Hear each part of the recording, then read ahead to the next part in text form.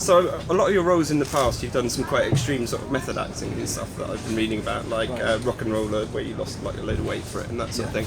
How do you method act being an orc? And like, what's the process there?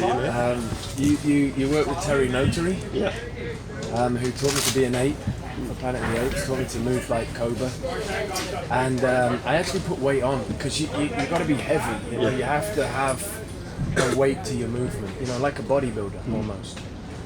The way we depicted it was tying a rope around our waist that had a tire that hung from the back of us, you know, like an anchor. So we're dragging that, it's full of concrete. Terry's the man who can get hold of a tire filled with concrete. And we tried it, and it's an excellent muscle memory to have. So for this, there was nothing extreme, so it wasn't required, you know.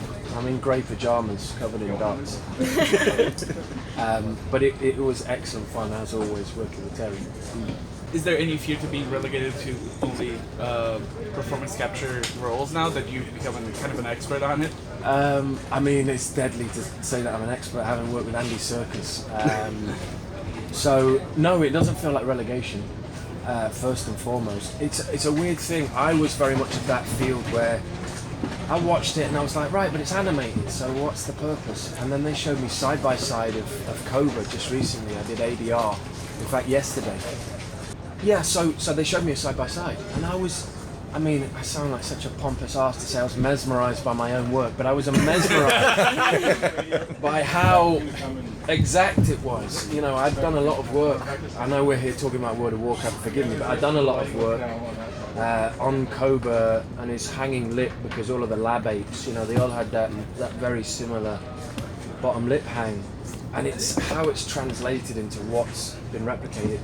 The boys from this have just told me they've got some renders of I'm not sure I'm allowed to say, but they got some renders of the orcs. I'm waiting to see that, and they said they're so happy because now it's got to the point where small ticks, an eyebrow, you know, even scratches of the nose, all of those are adding so much to what that artistry is, because you're working for another artist.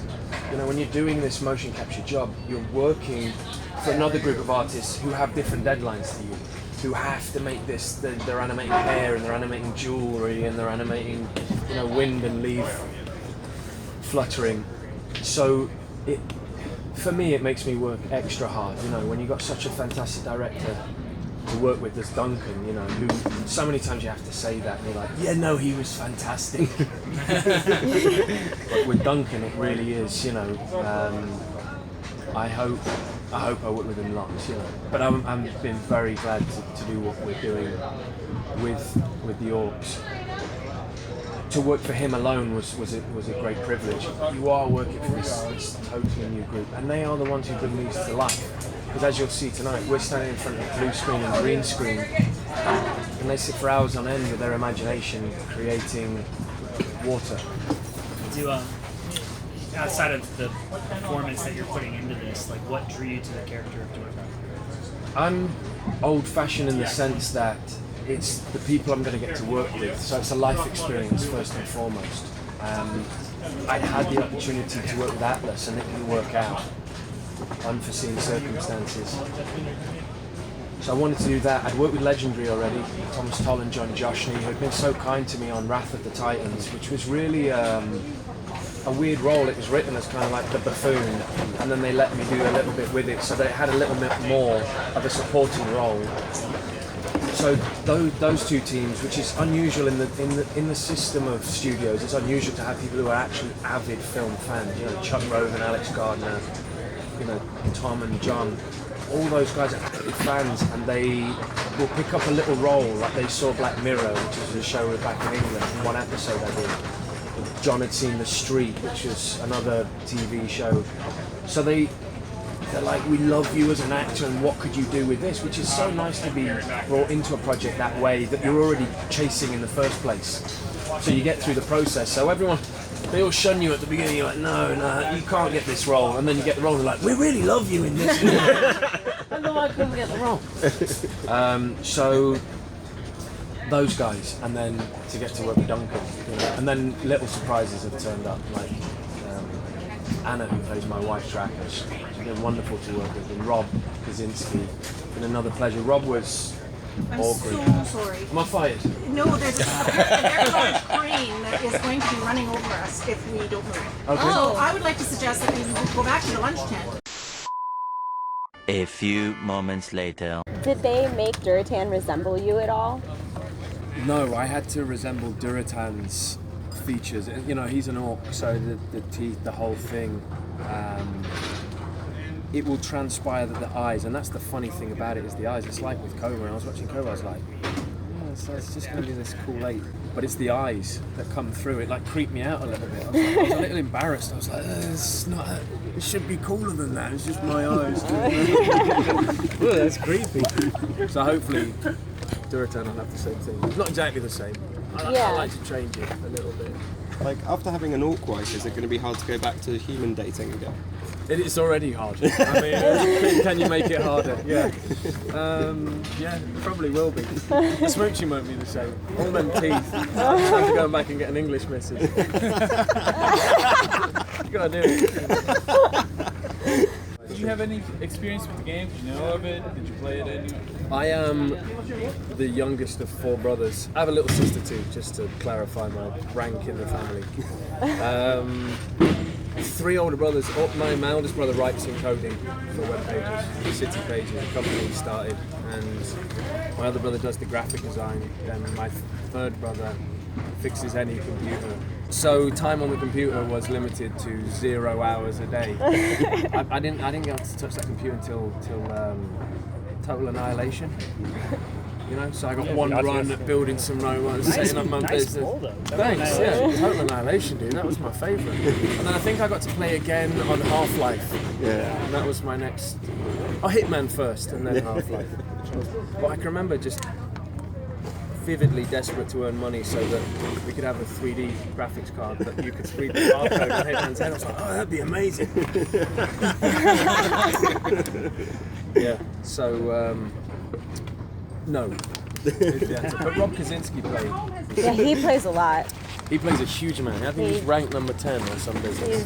He plays a lot. Yeah, he plays a huge amount. Now the backstory of Ogrim and Durotan is that they're the first 2 orcs from different clans to ever actually have a friendship. Yeah. So was that like, I don't know, did that like weigh any importance in the character for you? Not a massive amount, no, because I'm the chieftain of the peaceful clan. As I was saying at the point, Rob was Ogrim from day one, you know? Yeah. Probably before then, because he was probably just role-playing it More in his than own likely, house. yeah, exactly. He was like, I'm going to play that dude. I am going to beat him. Warcraft. Well, he's long dead in World of Warcraft. Yeah. As am I. I actually already said, I was like, I'll come back as my son. I'll come back and play him. If they do it. So, as the orcs, did you have much sort of testosterone when you were doing it, or did you have to kind of... No, so going back to like the lovely surprises, you know, having all the reasons, but then Clancy Brown has been... do you guys know Clancy Brown? Yeah, yeah. You know, Clancy's, for me, like, we get the giggles together, which is weird for everyone else, because Clancy's giggles, they're fucking amazing. So he's my new favourite person on earth. He's a splendid human being. And so, yeah, we had this very jovial relationship with someone playing Blackhand, who was supposed to be much more, you know, tumultuous. But he's just been excellent. So the bonding has been more thespian than you could possibly imagine. It's been sort of like sitting like this guy, rather than being like, yeah. So anyway, I was bench pressing. You know, it's not been any of that. I think Rob's gone away. He's got another job where he's got to be really fit, and he was calling. He's going, I've got to lift loads of weights. So I was like, well, you know, just start now. It's like, yeah, well, it doesn't start for a month. I was like, a month's worth of exercise will change a lot. So he was like, well, what's the first thing I should do? I was like, diet is the first thing you should do, you know, get on your diet. But that's hard for everyone, you know. It's especially hard when you have like 500 play days in World of Warcraft. Especially hard. Especially hard. Yeah, exactly. Unless you supplemented some morphine for food, I guess that would help you. I think that's technically what Warcraft is. Yeah, I'm just waiting for Watch Dogs. I can't wait for that. Yeah. Can't wait to not talk to anybody. Can't wait. Is there a lot of pressure with young male actors these days to sort of retain that sort of physical shape? You know, like if you have to do a role suddenly where you have to be bulked up and that. Is that a pressure? I think there is I think there's certain categories of all of us, you know, blighted humans who want to pretend to be other people for a living. I think if your deal is the way you are important is by having a six-pack, then I think that's a big deal. I don't know. I mean, it's tough to talk about, seeing as I've worked with the majority of actors from my country who have this kind of image. But horribly, the truth of it is an insecurity, same as it is with everybody. You know, like, enjoying life is not eating every 2 hours, a small amount of this and this and this. That's for professional athletes. Now, if that's the realm, you know, because, you know, you meet somebody like Will Smith, and he's actually going down that professional athlete track, or Hugh Jackman, and you think, that's a different discipline, that's something they're doing for themselves.